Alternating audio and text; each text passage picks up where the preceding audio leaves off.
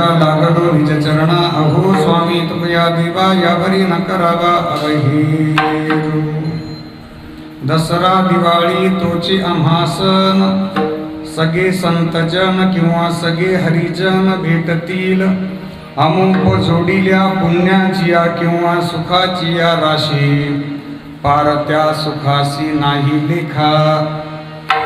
अधिष्ठान दैवत भगवान श्री पारेश्वर महाराज, भगवान पंढरीश पांडुरंग परमात्मा, रुक्मिणी आई साहेब, मुक्त कैवल्य तेजोनिधी परब्रह्मस्वरूप भगवान श्री ज्ञानोपाराया, जगद्गुरु श्रीमंत श्री तुकोबाराया, योगीराज सद्गुरु गंगागिरीजी महाराज, स्वानंद सुखनिवासी नित्यस्मरणीय सद्गुरु श्री नारायणगिरीजी महाराज, राष्ट्रसंत सद्गुरु जनार्दन स्वामी महाराज, सद्गुरु जोग महाराज आदी करून वारकरी संप्रदायातील सकल संतांच्या स्मृतीला अभिवादन करतो।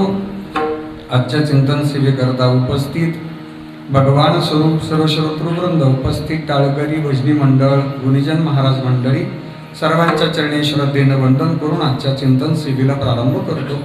आजच्या चिंतन सेवेकरता निरूपणाकरता घेतलेला अभंग संत श्रेष्ठ वैराग्य मुकुटमणी महाराष्ट्र भूषण हिंदवी स्वराज्याचे संस्थापक, हिंदू हृदय सम्राट छत्रपती शिवाजी महाराज यांचे धर्मगुरू जगद्गुरू श्री संत तुकाराम महाराज यांचा गोड असा चिंतनी अभंग आहे। महाराजांनी आजच्या पवित्र सणाचा उल्लेख आजच्या अभंगामध्ये केला। आज विजयादशमी आहे, दसरा, पुढे दिवाळी आहे। तुमचा आमचा दसरा, दिवाळी आणि संतांचा दसरा आणि दिवाळी याचा फरक आजच्या चिंतनामध्ये आपल्याला पाहायला मिळेल।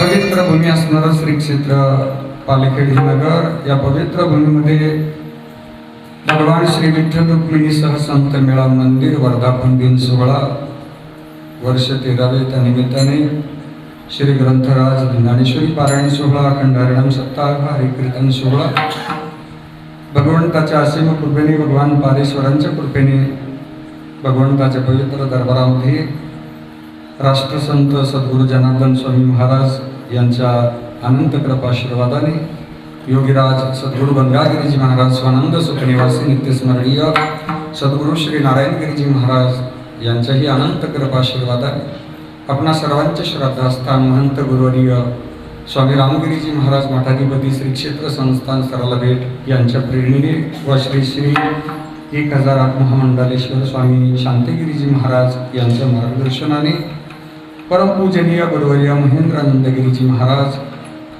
आश्रम पालखेड, हरिभक्तीपरायण बंडू महाराज पवार हरिभक्तीपरायण, सोमनाथजी महाराज शेळके हरिभक्तीपरायण, पांडुरंगजी महाराज पवार हरिभक्तीपरायण, गणेशगिरीजी महाराज व हरिभक्तीपरायण भरतजी महाराज राऊत यांच्या उपस्थितीमध्ये व्यासपीठ नेतृत्वाने संपन्न होणारा गोड असा सप्ताह समस्त ग्रामस्थ, पालखेड, पारेश्वर भजनी मंडळ, गावातील सर्व उदार अन्नदाते, देणगीदार सर्वांच्या सहकार्याने हा सप्ताह संपन्न होतो। पालखेड हे गाव परमार्थिक आहे, परमार्थाची वारसा असलेलं जुना परंपरेतलं परमार्थातलं हे गाव आहे। या गावामध्ये एकादशीची वारीची सेवा आहे, सप्ताह आहे, नैमित्तिकही कीर्तन होत असतात आणि सर्व जबाबदारी ग्रामस्थांवरती आहे। गुरुवर्य नारायणगिरीजी महाराज सांगायचे, सप्ताह जो होतो ना तो भाविक भक्तांच्या योगदानातून होत असतो। तुम्ही सर्वजण योगदान देता, यात शक्ती योगदान आहे। कोणाची क्षमता असेल, माझी सेवा करायची इच्छा आहे, कोणी सेवा करतं, कोणी अन्नदानाची सेवा घेतं, कोणी संत पूजनाची सेवा घेतं। ही सेवा तुम्ही सगळेजण स्वीकारतात म्हणून हा सप्ताह सुरू आहे। मी तर पारेश्वर भगवंताला विनंती करतो की आमचा सप्ताह जसा 13 वर्ष तुम्ही करून घेतला ना, तसा चंद्र आणि सूर्य असेपर्यंत आमचा सप्ताह तुम्ही करून घ्या।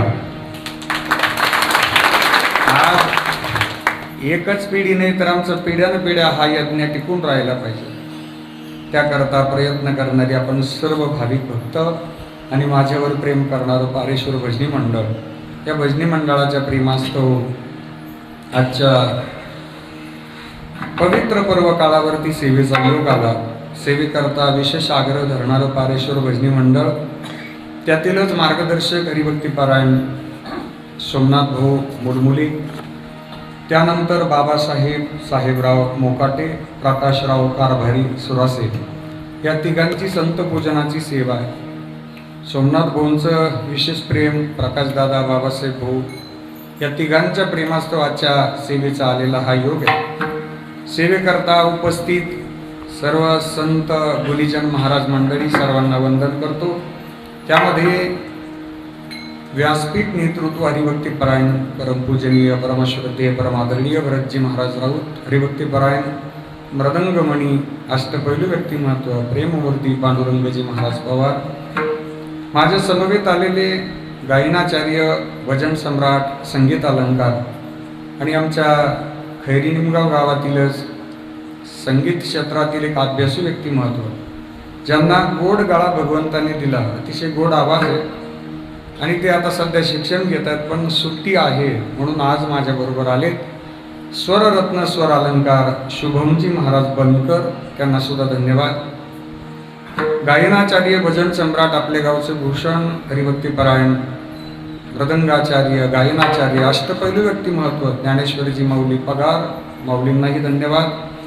गायनाचार्य तारसप्तकातील सरस्वती, ज्यांना विशेष प्रसन्न आहे, माझ्यावर जीवापाड प्रेम करणारे हरिभक्तीपरायण पारसनाथजी महाराज जाधव, विलास महाराज, सर्व सहकारी भजनी मंडळ, सर्वांना धन्यवाद. आमचे अशोकराव शेळके आणि उपस्थित आपण सर्वजण, प्रसिद्धी आपल्या सप्ताहाची ज्यांनी प्रामुख्याने मांडली आणि प्रसिद्धीची सेवा जे करतायत ते दास माऊलीचा चॅनलचे हारून भाऊ रोठे, आणि गोड असं सूत्रसंचलन मला ऐकायला मिळालं प्रवीण दादा भाडाईत, MH बिंदास यूट्यूब चॅनल, दादांचं सूत्रसंचलन फार गोड होतं, त्यांना सुद्धा धन्यवाद दिला. आणखीन एक प्रसिद्धी प्रमुख आहेत विठ्ठलजी गायकवाड, विजयजी गायकवाड पालखेड आणि बाबासाहेब वाघ दहेगावकर, समस्त ग्रामस्थांच्या वतीनं आजच्या 6व्या दिवसाची चिंतन सेवा माझ्यापर्यंत पोहोचली. सेवेकरता उपस्थित सर्व बालगोपाल महाराज मंडळी, राजभाऊ मोकाटे, त्यांचे सर्व सहकारी, सर्वांना वंदन. साऊंड ऑपरेटर विष्णू भाऊसह सर्वांचे चरणी वंदन करतो आणि सेवेला प्रारंभ करतो. मस्तक हे पाया,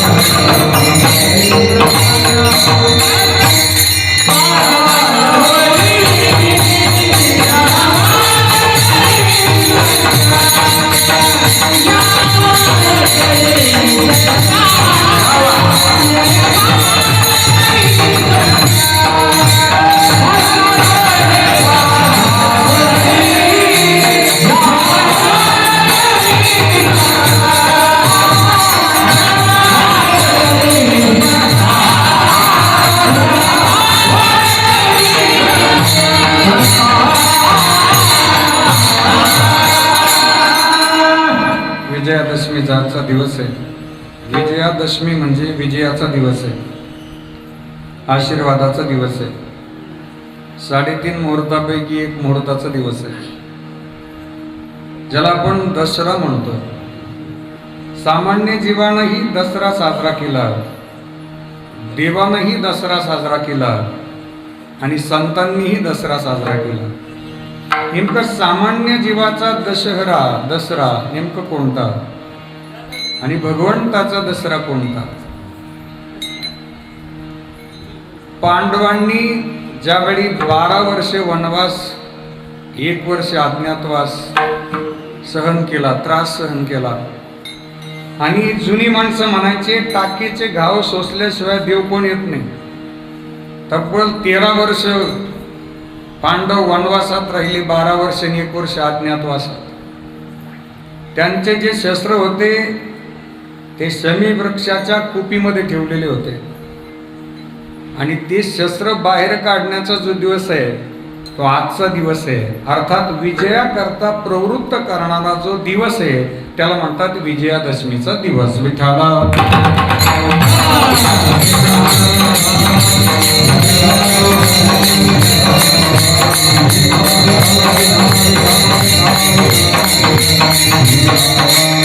आमचा दसरा खऱ्या अर्थानं तेव्हाच होईल जेव्हा आम्ही संघर्षाला सुरुवात करू, अभ्यासाला सुरुवात करू, प्रयत्नाला सुरुवात करू. आज दसऱ्याच्या निमित्ताने आपल्या शस्त्राची पूजा करतो आपण जर शालेय शिक्षण घेत असाल तर आपण पेन लेखणीची पूजा करतो, वही सरस्वतीची पूजा करतो. त्याच्या मागचं कारण एक आहे की आजपासून मला सरस्वती प्रसन्न झाली पाहिजे, मी अभ्यास करीन आणि अभ्यास करून जेव्हा मला चांगले मार्क्स मिळेल, यशस्वी होईल, तो दिवस म्हणजे खऱ्या अर्थानं दसऱ्याचा आणि विजयाचा दिवस. विठाला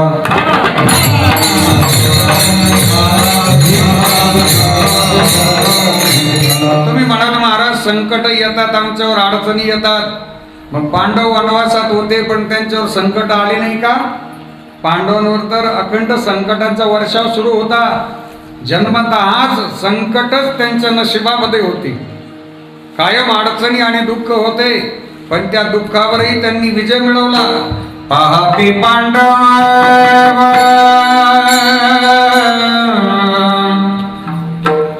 अखंड वनवासी,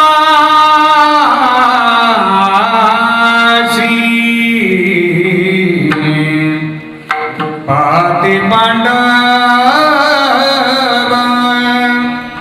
अखंड वनवासी, परी त्या देवासी आठविती, परी त्या देवासी आठविती. पांडव दुःखात होते, वनवासात होते. आपणही संघर्षात असलो, दुःखात असलो. संसारात दुःख कोणाला नाही, पण त्या दुःखातही परी त्या देवाशी आठवते.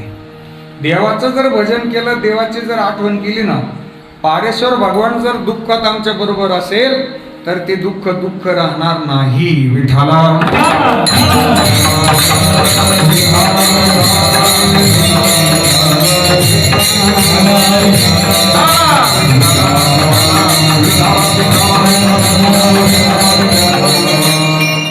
पांडवांना आज शमी वृक्षाची पूजा करण्याचं कारण, तो शमी वृक्ष पवित्र मानला जातो. तो शमी वृक्ष आम्हाला शुद्ध करतो. ते शस्त्र त्यात ठेवले, त्या शस्त्राची आज पूजा झाली आणि तिथून पुढे विजयाकरता त्या शमी वृक्षाने आशीर्वाद दिला पांडवांना. हा पांडवांचा दसरा. भगवान प्रभू रामचंद्रजींनी रावणाचं वध केला. रावणासारखं सामर्थ्य कोणाचं नव्हतं. रावण हुशार होता, प्रगल्भ होता, बुद्धिमान होता. 33 कोटी देव ज्याने लॉक केले होते, लॉक किया जाए, लॉक केले होते, KBC बंद केले ना 33 कोटी देव. ज्या देवांमध्ये कर्तुम अकर्तुम अन्यता कर्तुम सामर्थ्य आहे. सोमनाथ भाऊ त्या देवांचा नाईलाज झाला हो, त्याचे कामं करत होते. भगवान परमात्मा एवढा हुशार. भगवान शिवजींना ज्याने प्रसन्न करून घेतलं. भगवान शिवजी हे भोळं दैवत आहे. अर्थात भोळं म्हणजे काय? प्रपंचात आपल्याला भोळी माणसं पाहायला मिळतात, पण एक माफी मागून एक वाक्य सांगतो, प्रपंचात कोणी भोळं नसतं. कामापुरतं फक्त भोळ्याच्या अंगावर कपडे घातलेले असतात. प्रपंचात भोळं नसतंय कोणी. ज्याला त्याला देवाने ती बुद्धी दिली आहे पोट भरण्याची. राजभोवती तेवढ्या पुरता माणूस बुद्धी चालवत असतो आपली. पण भगवंत किती भोळेत सांगू तुम्हाला. रावणाच्या बाबतीत आणि भगवान शिवजींच्या बाबतीत एक घडलेला प्रसंग सांगतो. भजन करा विठाला.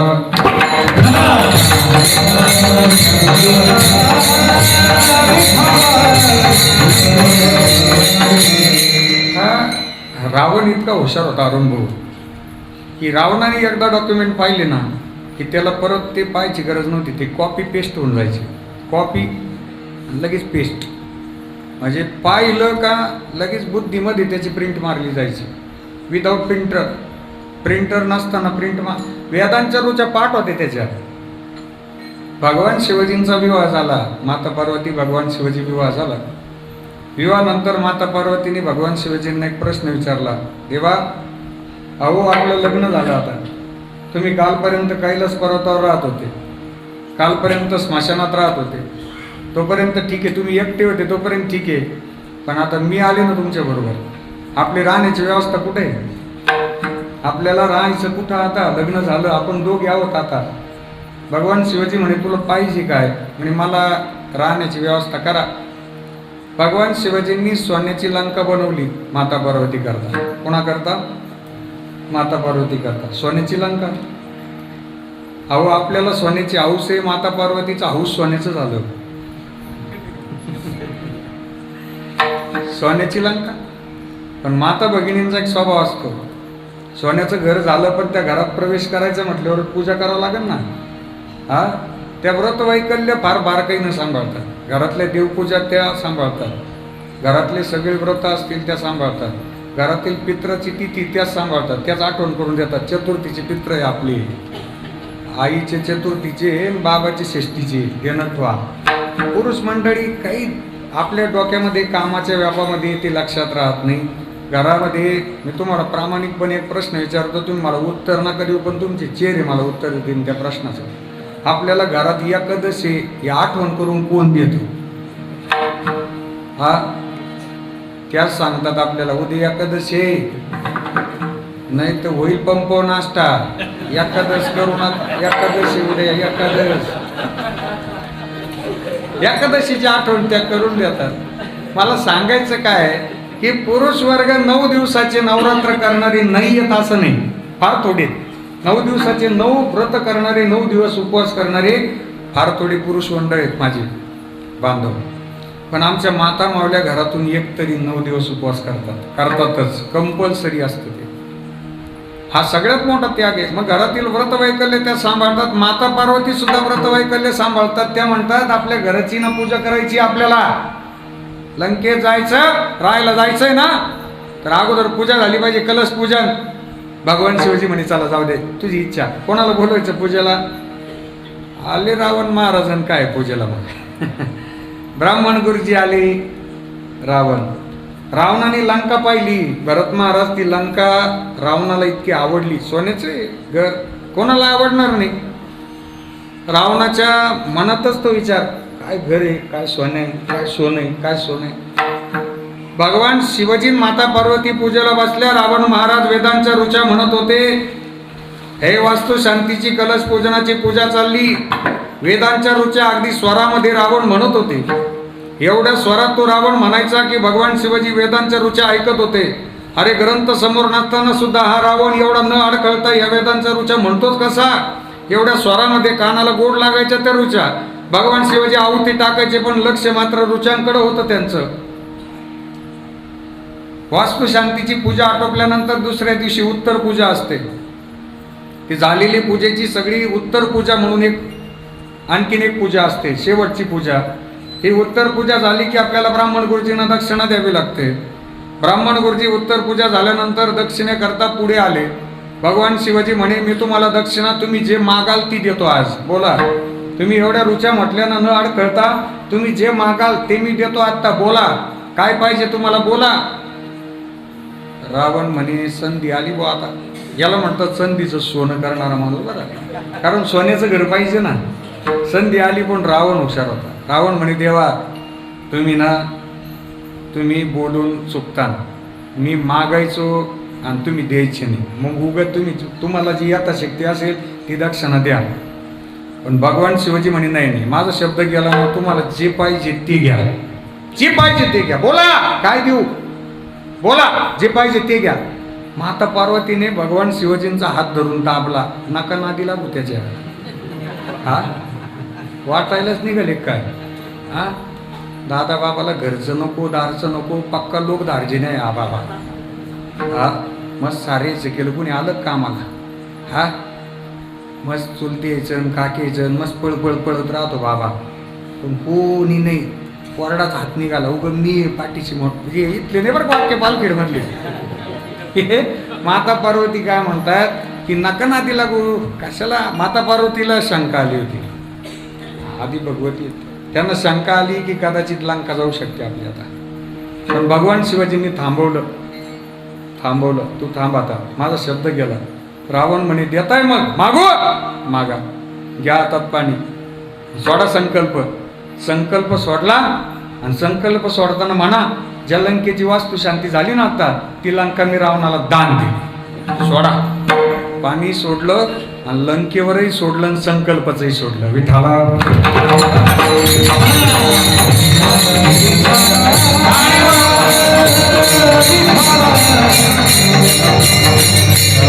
मी भोळा करता सांगत होतो. भोळा हे भोळं दैवत आहे. शिव भोळा चक्रवर्ती, त्याचे पाय माझे चित्ती. बरं मला एका प्रश्नाचं उत्तर द्या आता. रावणानं लंका कपट बुद्धीनं कमावली भाऊ, ती काय कष्टानं नाही कमावली ना?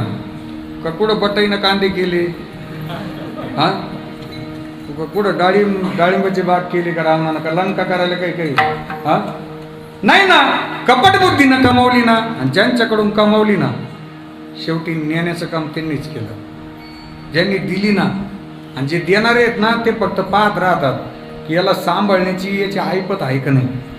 आणि ऐपत नसेल ना की ते परत घेऊन टाकतात. मग ते विठ्ठल मात्र ज्याने घ्यावी त्याने पथ्य सांभाळावी. प्रत्येक बाबी करता पथ्य precaution is better than cure. पूर्व तयारी, पूर्व काळजी ही नंतर केलेल्या उपचारापेक्षा कधी चांगली असते. मग हे पथ्य जर सांभाळले ना तर सगळ्या गोष्टी टिकून राहतात. रावणाची बुद्धिमत्ता खूप होती, रावणाची हुशारी खूप होती, रावणाची संपत्ती खूप होती. पण माणसाच्या जीवनात सगळं आलं पाहिजे, हा पण नाही आला पाहिजे. पण माणूस मस्त सोन्यासारखा आहे,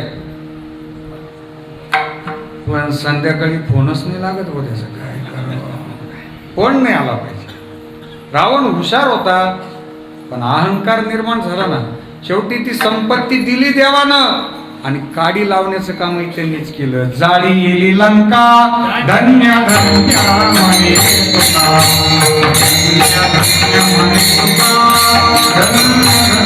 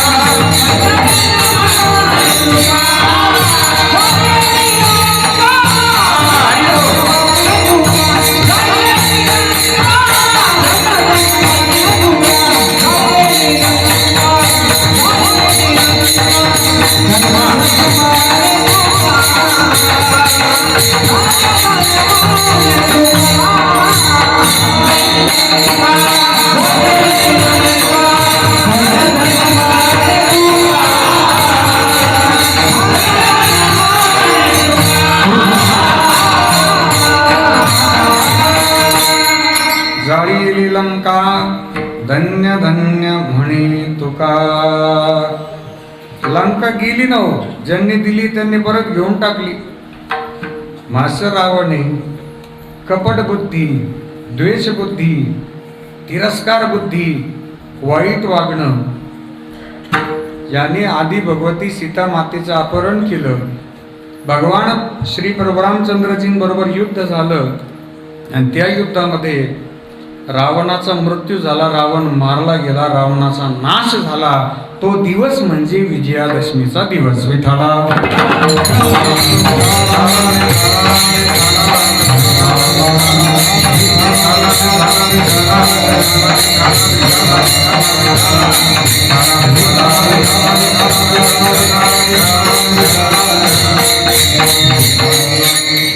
हा सण आहे, हा देवांनी साजरा केला, हा जीवाने साजरा केला. मग संतांचा सण कोणता हो नेमकं? संतांना आनंद कधी होतो? संतांचा सण नेमकं कोणता? जगद्गुरु श्री संत तुकाराम महाराज स्वतः देहावरच नव्हते. मग चेअरमन साहेब जे देहावर नाहीये त्यांना दसऱ्याच्या दिवशी पूजा करायची लक्षात राहील का? दिवाळीच्या दिवशी लक्ष्मीपूजन लक्षात राहील का? काय खातो आम्ही कासया संगती कैसे हे लागते नेणो मुखे, हा सोईसा कोठे आठवची नाही, देईचा विदेई भोगदशा. अहो कुठे काय खातो काहीच कळे ना. ज्यांना स्वतः कळत नाही आपण कुठं आहोत, त्यांनी दसऱ्याच्या दिवशी दसरा साजरा केला असेल का? दिवाळीच्या दिवशी दिवाळी साजरी केली असेल का? एक दिवस जगद्गुरु श्री संत तुकाराम महाराजांकडं जिजाई आईसाहेबांचा भाऊ आला आणि महाराजांच्या पत्नी, त्यांना महाराज आवले म्हणायचे.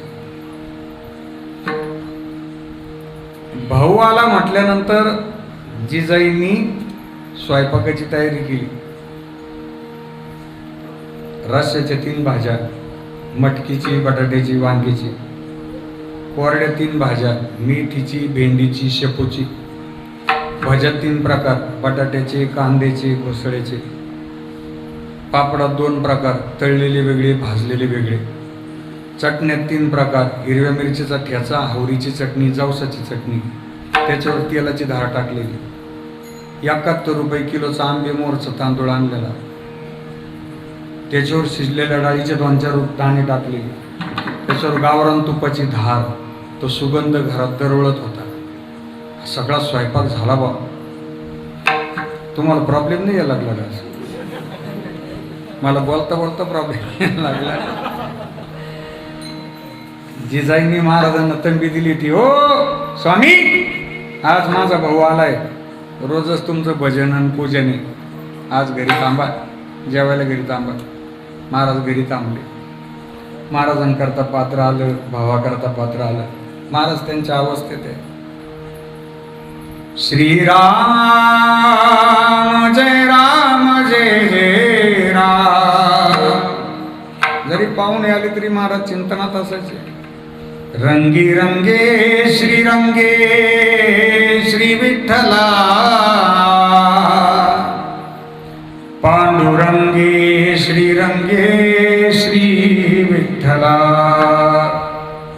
2 जण जेवायला बसले. पात्र समोर आले. जिजाई म्हणे, जेव पोटभर जेव भाऊ, त्यांच्याकडे नको लक्ष देऊ, पोटभर जेव. ते त्यांच्या नादात राहते, ते आग्रह नाही करायचे, तुला जेव पोटभर. महाराजांनी पाणी फिरवलं. ओम प्राणाय स्वाहा, अप्राणाय स्वाहा, व्यानाय स्वाहा, समानाय स्वाहा, उदानाय स्वाहा. वदनी कवळ गीता, नाम घ्या श्रीहरीचे, सहज आव्हान होते. नाम गीता पुकाची, जीवन करी जीवित्व. अन्न ही पूर्ण ब्रह्म, उदर भरण नोही. जाणीचे यज्ञ कर्म कुंडली गवरदय विठ्ठल. श्री ज्ञानदेव तुकाराम पंढरीनाथ भगवान की जय. पंगत बसली. बसा. बसली. पाहुण्यांनी पहिला घास घेतला बा. महाराजांनी जी सुरुवात केली, लाभारे बरकातारे, सुरून काय मुरून काय. हे जिजाईंचा भाऊ आहे ना, पहिला घास घेतला आणि इकडे तिकडे पाहायला लागलं. त्याला बोलताच येईना, काय करावं. कारण स्वयंपाकातल्या सगळ्या पदार्थांमध्ये मीठच नव्हतं. पोळ्याकरता कणिक घेतली, पण आई साहेबांकडून मीठ टाकायचं राहिलं. मटकीच्या भाजीत मीठ नाही, बटाट्याच्या भाजीत मीठ नाही, वांग्याच्या भाजीत मीठ नाही, शेपूत मीठ नाही, भेंडीत मीठ नाही, मिरच्यात मीठ नाही, भातात मीठ नाही, वरणात मीठ नाही. अजिबात स्वयंपाक रुचकर नव्हता. महाराज दणकून जेवले बो. आणि तो आहे ना एकदम बुजत जेवला. जिजाई महाराजांना वाढायचे आणि त्याला आग्रह करायचे, भाऊ तू जेवणार आहे. आता ते पाहू नाही, त्याला बोलता येईना काही. तू जेव पोटभर, त्याच्याकडे नको लक्ष देऊ, ते त्यांच्या नादात राहते. ज्यावेळी जेवण झालं ना, त्यावेळी जेवण झाल्यावर जिजाई महाराजांना विचारतात, का तुम्ही तर घरातलेच आहे, तुम्ही तर जेवभर पोटभर जेवले, पण निदान मेवण्याला आग्रह तर करायचं ना म्हणे जरा. तो तुमच्या जवळ बसलेला होता, त्याला काही अर्धी चतकोर आग्रह केला, त्याने एक चतकोर सुद्धा घेतली नाही. तो मेवना हळूच म्हणे, ताई अगं स्वयंपाकात अजिबात मीठ नाही म्हणे, या काही पदार्थात मीठ नाही. जिजाई म्हणे, अहो तुम्ही सांगायचं ना मला. जगद्गुरूंना म्हणायला लागल्या. त्यावेळी जगद्गुरूंचे उद्गार आहे, छंद या नामाचा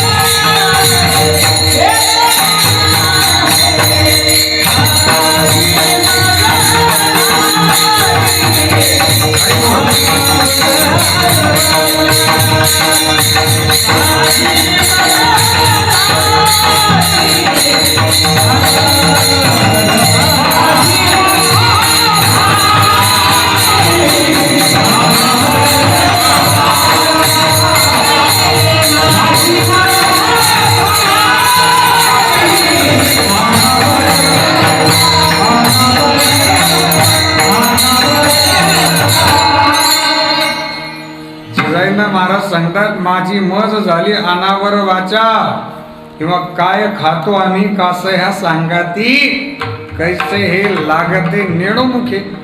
अगं कळत नाही मला मी काय खातो, कुठं बसतो, कुठं जातो. बस मला फक्त एवढा छंद लागला. मग माझा तुम्हाला प्रश्न आहे, ज्यांना एवढा छंद लागला, ज्यांना स्वयंपाकातलं मीठच कळलं नाही कमी का जास्त आहे, त्यांना दिवाळी दसरा कळाला असेल का? तुमचा आमचा दिवाळी दसरा हा उत्सवाचा आहे. तो उत्सव आपण आज जो साजरा करतोय, हा जगद्गुरु श्री संत तुकाराम महाराजांच्या जीवनामध्ये हा सण येऊन गेला. ज्या दिवशी जगद्गुरु श्री संत तुकाराम महाराजांना संतजन भेटले, हरिजन भेटले, वैष्णव भेटले, वारकरी भेटले, तो दिवस म्हणजे जगद्गुरूंच्या जीवनातला दिवाळी आणि दसरा. महाराज स्वानुभव सांगतात अभंगाचं प्रथम. दसरा दिवाळी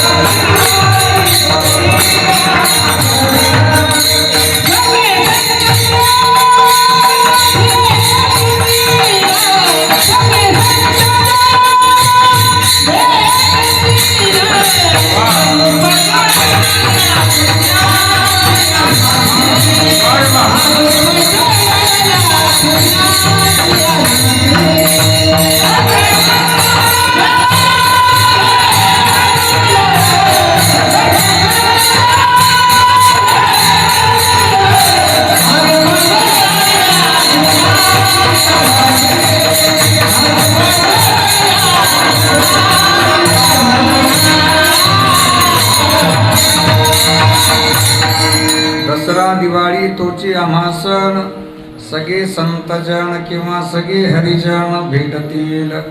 महाराज म्हणतात दसरा आणि दिवाळी तोच आमचा सण आहे. दसऱ्याच्या दिवशी दुर्गुणांचा नाश केला की विजयाचा जो दिवस आहे तो म्हणजे दसरा. आणि दिवाळी दिवाळी म्हणजे अंतःकरणातील अज्ञानाची होळी ज्या दिवशी होईल आणि भगवत साक्षात्कार होईल, अज्ञान दूर होईल आणि स्वतःचं स्वरूप त्याला कळेल, तो दिवस म्हणजे दिवाळी. विठ्ठला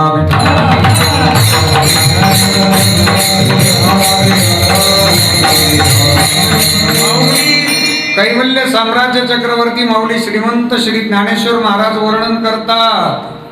मी अविवेकाची काजळी फेडूनी विवेक दीप उजळी, तै योगिया पाहे दिवाळी निरंतर.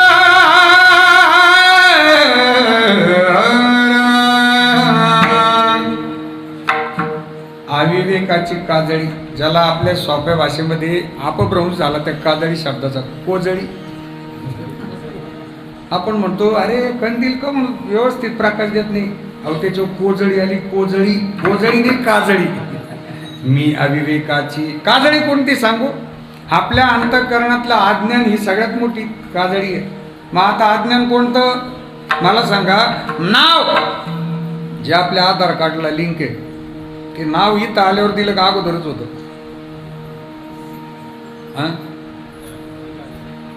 आधार कार्ड इथं आल्यावर बनवलं का अगोदरच होतं?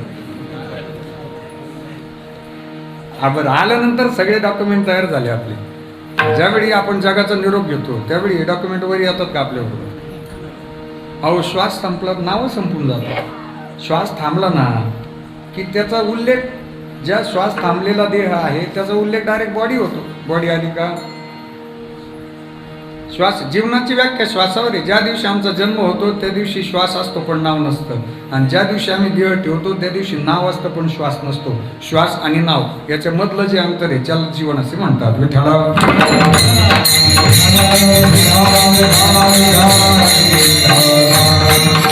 मग हे नाव जे मला दिलं गेलं ना ते मी नावाचं नाही. मी हे नाव फक्त टेम्पररी, माझं परमनंट नाव नाही.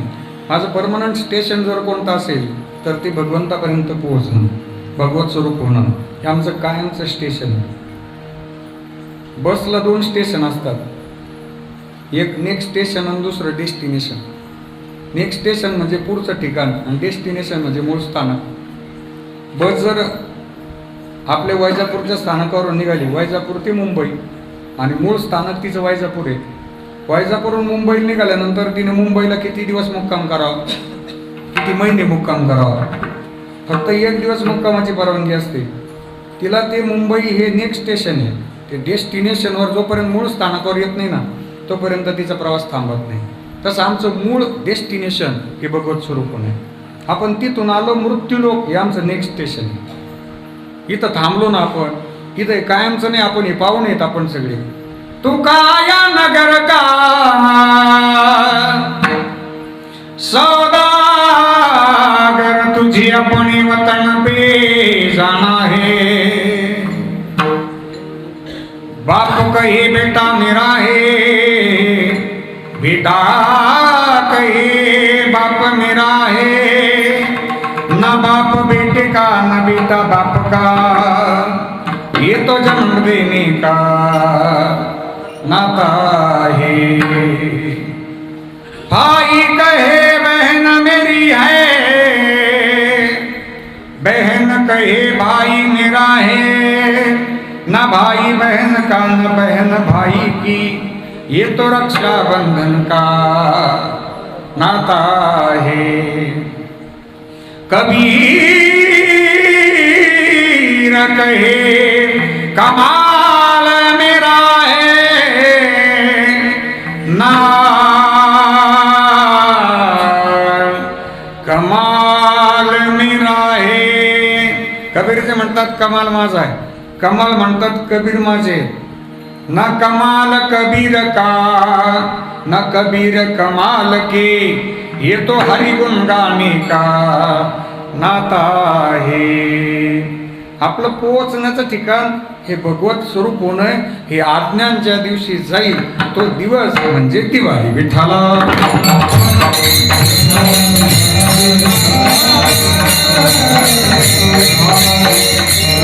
जगद्गुरु श्री संत तुकाराम महाराजांचं आज्ञान गेलं तो दिवस म्हणजे दसरा. दिवाळी तोची आम्हा सण, सगळे संतजन भेटतील. आता संतजन कोणाला म्हणतात? महाराजांना संत भेटले. संत कोणाला म्हणतात? संत संत तोची जाणा जगी, दया क्षमा ज्याची अंगी. दया करणे जे पुत्रासी,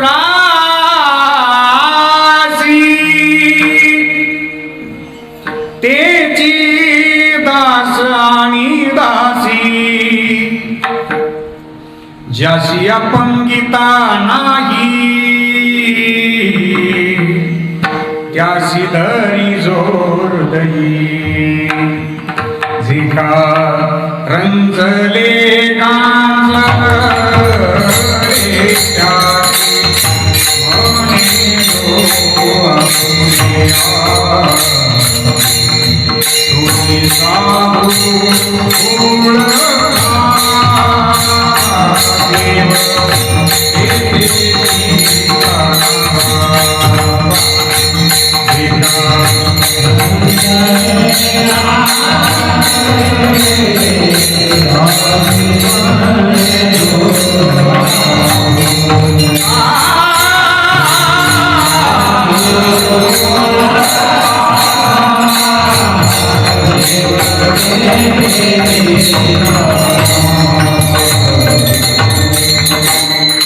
दया करणे जे पुत्रासी, तेची दास आणि दासी. ज्यासी अपंगिता नाही, त्याशी झरी जोर दे. जगानं ज्याला दूर केलं त्याला जे जवळ करतात ते संतजन. स्वामी विवेकानंदजींच्या चरित्रामध्ये गोड प्रसंग घडला. स्वामीजींना शिकागोला जायचं होतं. शिकागोला जाण्याच्या अगोदर त्यांनी स्वामी रामकृष्ण परमहंस महाराज की ज्यांचे गुरुदेव, स्वामीजींचे गुरुदेव, त्यांचे आशीर्वाद घेण्याकरता गेले. स्वामीजींचं दर्शन घेतलं आणि स्वामी रामकृष्ण परमहंसांनी सांगितलं, नरेंद्र तुझा विजय होणार आहे, घाबरू नकोस, माझा आशीर्वाद तुझ्या पाठीशी आहे. ज्याच्या पाठीशी गुरुचा आशीर्वाद आहे ना, त्याला त्रैलोक्यातली कोणती शक्ती पराभूत करू शकत नाही. सबसे बडा गुरु और गुरु से बडा गुरु का ध्यास. सगळ्यात मोठे गुरु आहेत आपले. त्या गुरुनी इतकी क्षमता कोणात नाही, फक्त विश्वास ठेवला पाहिजे. स्वामींनी विश्वास ठेवला. स्वामी विवेकानंदाचे दर्शन घेतलं, आशीर्वाद घेतला, निघाले. तितक्यात गुरुजी म्हणे, अरे नरेंद्र नरेंद्र थांब. का म्हणे, अरे जाताना एक काम कर. काय? आपल्या कालिका मातेच्या मंदिर जवळ आहेत ना, एक साधू महाराजांचा आश्रम आहे, त्या साधूंचा आशीर्वाद घेऊन मग जा. स्वामीजी आशीर्वाद न घेताच गेले. धर्मपरिषद जिंकली. अमेरिकेत काही दिवस राहिले, भारतात आले. तोपर्यंत त्या आश्रमातील महाराजांनी देह ठेवला आणि स्वामी रामकृष्ण परमहंसांनी देह ठेवला. विठ्ठला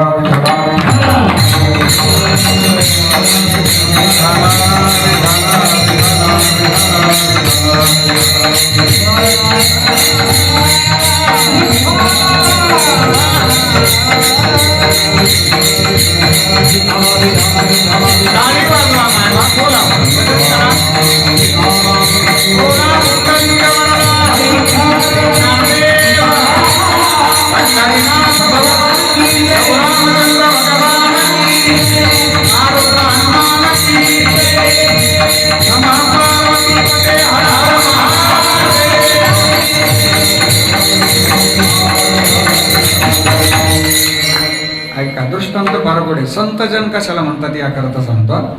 संतजन सगळे संतजन भेटतील याकरता दृष्टांत आहे.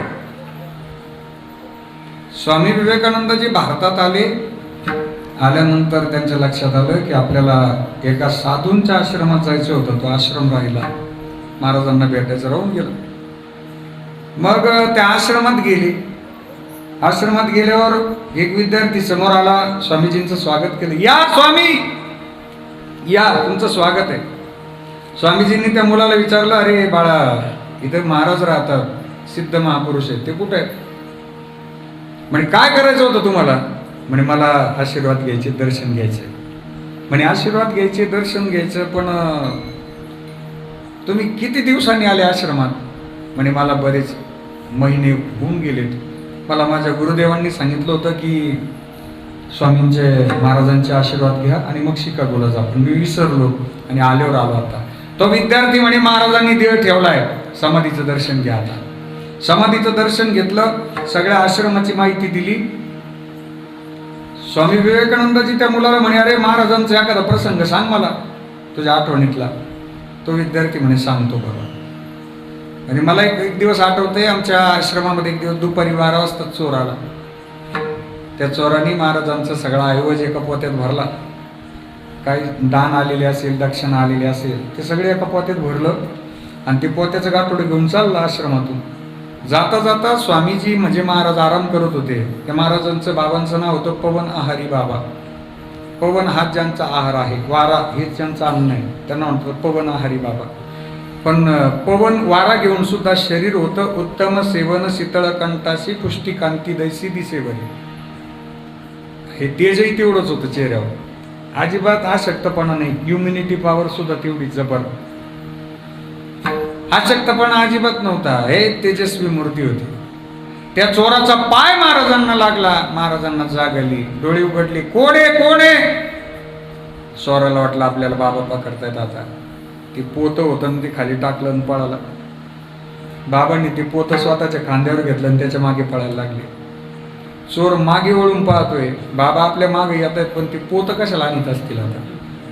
एकटे आले तर ठीक आहे ना पकडायला, पण ते पोतं. चोर थकला, थांबला, घामाघूम झाला. बाबांनी त्याचा पंचाने घाम पुसला. थकलास का रे दादा, घामला? तो चोर थरथर कापतोय, बाबा माफ करा मला, मी काय तुमचा भक्त नाहीये, घाम नका पुसू माझा, मी चोर आहे. आणि दादा, अरे तुला पाणी आणू का? नाही नाही बाबा, मला माफ करा, मी येणार नाही परत आता, माफ करा. बाबांनी ते जे गाठोडं होतं का पोत्याचं, ते पुढं केलं, हे घेऊन जा म्हणून. घेऊन जा? अहो बाबा, तुमच्या आश्रमात चोरी करून चालवलंय मी, हे तुमचं आलेली दक्षिणा आहे, हे घेऊन चाललोय मी. बाबा म्हणे, हे तुझं चेन, हे तुलाच द्यायला आणलंय मी, घेऊन जा. मला सांगा, खरंच ना तर तो चोर राहिला असेल का चोर म्हणून? तो रडायला लागला. स्वामी विवेकानंद जे ऐकत होते, स्वामीजींनी त्या विद्यार्थ्याला विचारलं. तो चोर रडला, मग पुढे ते चोराचं काय झालं? आता इथं आपलं सगळे संतजन भेटतील करतात. पुढे त्या चोराचं काय झालं? आता तो विद्यार्थी रडायला लागला. तो चोर आहे ना म्हणे स्वामी, तो जो चोर आहे आला होता वाईट बुद्धीनं, पण बाबांची भेट झाली ना, त्याची त्या दिवसापासून मनातली सगळी वाईट इच्छा, वाईट विचार, वासना संपून गेल्या आणि त्या दिवसापासून तो बाबांचा सेवक म्हणून झाला.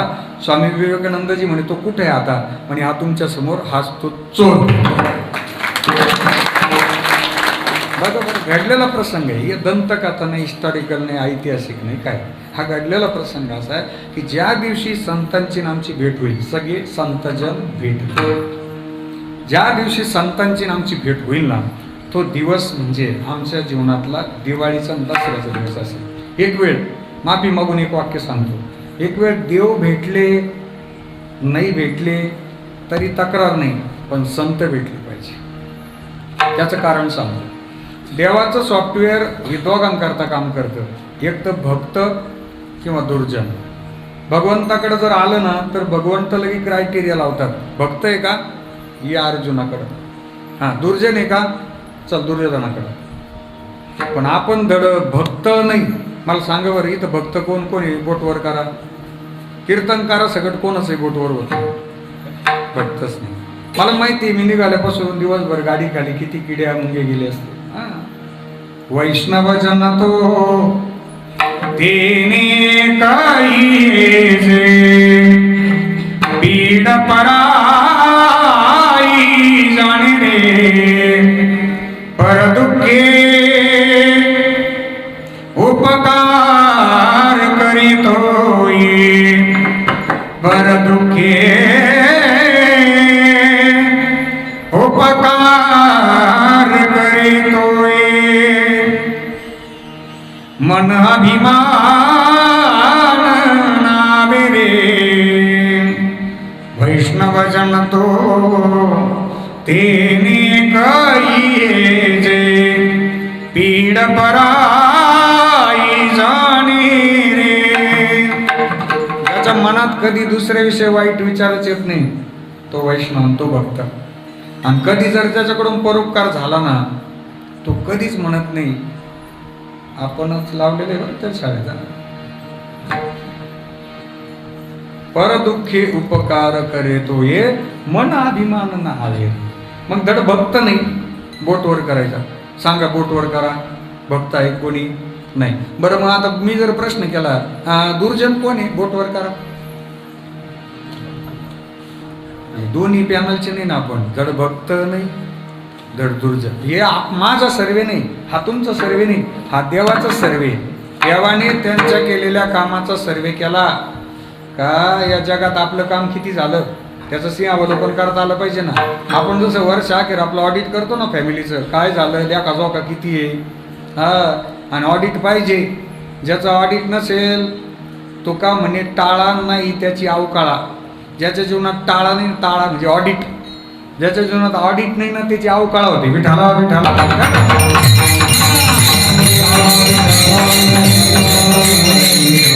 तसं देवाने ऑडिट केलं, काय काम झालं आपलं नेमकं, भक्त किती दुर्जन किती. जगात फक्त सोमनाथ भाऊ 1% सज्जन निघाले आणि 1% दुर्जन निघाले. 98% मध्ये गुंतले ना.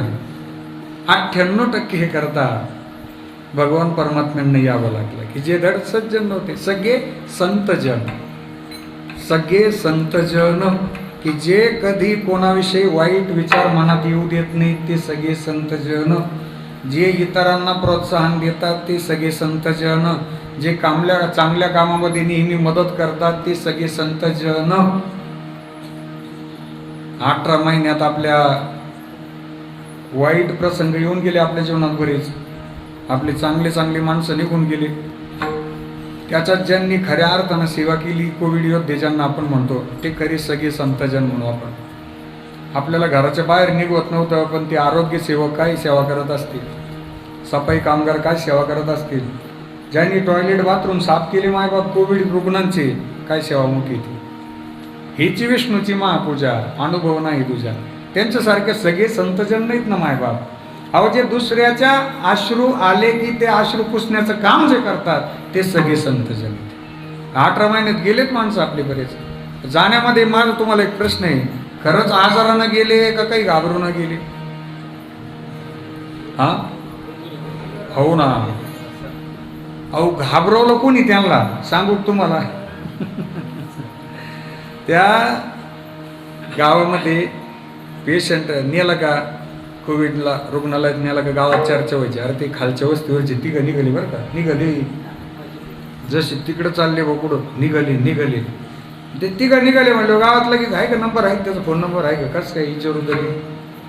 बरे रिकामे उद्योग नाही काय नाही गावात. घरून जेवण पोटभर जेवण करून यायचं आणि इकडं तिकडं फोन करायचे. ते पेशंटला फोन करतं, कसं काय बरं आहे का, पेशंट म्हणतं काय अजून बरं लाग ना हो. स्कॅनिंग केलं का, हां केलं ना, किती स्कोअर आहे, पेशंट म्हणतो तिकडून 18 आहे. 18 अरे 12वाला जागा नाही इकडून, तू 18 म्हणलो राहू कुठं चालू मला सांगा जगन का तो आता खरंच. याला म्हणता का सगळे हरिजन सगळे संतजन. जो इतरांना नेहमी मदत करतो ती महाराजांना भेटली. आणि जो दिवस संतांच्या भेटीचा आहे तो दिवस म्हणजे आपण त्या अभंग चिंतन ऐकलं या आपल्या 7 दिवसामध्ये. ज्या दिवशी संतांची भेट झाली ना तो दिवस म्हणजे जगद्गुरूंचा आनंदाचा दिवस, तो दिवस दसऱ्याचा दिवस, तो दिवस दिवाळीचा दिवस. त्या दिवसाचं वर्णन महाराज करतात, उजळले भाग्य आता, उजळले भाग्य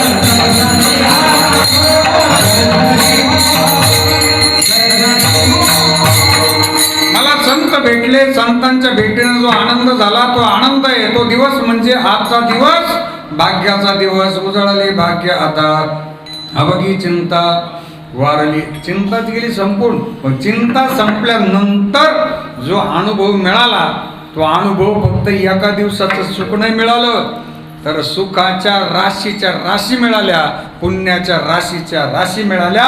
त्या भाग्याचं वर्णन महाराज करतायत अभंगाचं दुसरं चरण. अमुका जोडा